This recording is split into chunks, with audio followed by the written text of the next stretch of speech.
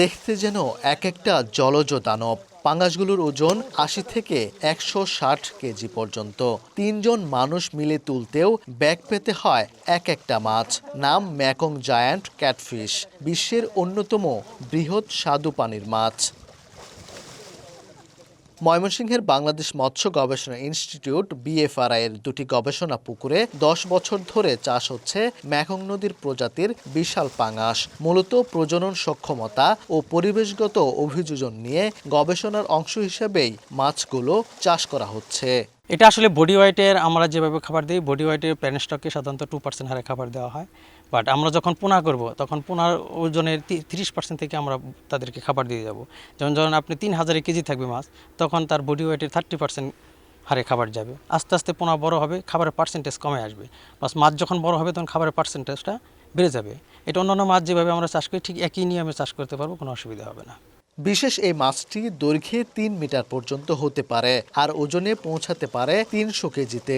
গোলাকার থুতনি, বড় মাথা, রূপালী ধূসর দেহ আর ফ্যাকাশে সাদা পেট, দেখতে যেন অনন্য। চোয়াল ও দাঁতবিহীন এই তৃণভোজী মাছ সাধারণত পানির নিচে পাথর ও নুড়ি পাথরের স্তরে থাকতে পছন্দ করে। একটি পরিপক্ক মা মাছ থেকে প্রজননকালে পাওয়া যায় ৬০ থেকে ৮০ লাখ পর্যন্ত ডিম।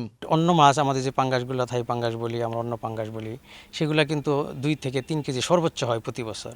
সো এটা যদি করা যায়, আর এর ফ্যাকান্ডিটি প্রায় 60 লক্ষ। ফ্যাকান্ডিটি মিনস এটা হলো তার ডিম ধারণ ক্ষমতা। একটি মাছ থেকে যদি আমরা একবারই করি প্রায় 60 লক্ষ পোনা উৎপাদন করা সম্ভব। মা মাছের পেটে ডিম আসতে হবে বা আবার স্পার্ম আসতে হবে। কিন্তু এখন পর্যন্ত আমাদের যে মাছগুলো আছে তাদের প্রোটোকল লাস্ট এবার যে সেশন ছিল জুলাই, আগস্ট, সেপ্টেম্বর, সেখানে আমরা দেখলাম এখন পর্যন্ত তাদের ম্যাচুরিটি আসে নাই।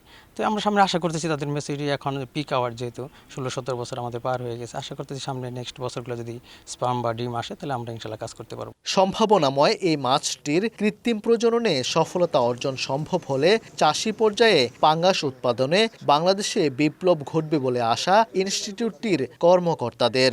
এটা যদি ব্রিড করাতে পারি তাহলে পাঙ্গাস চাষ একটা বিশাল একটা বিপ্লব হবে।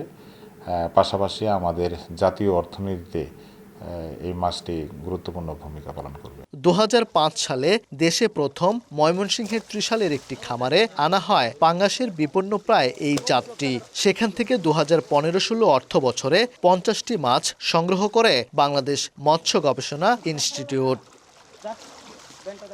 ওবায়দুল হক, সময় সংবাদ, ময়মনসিংহ।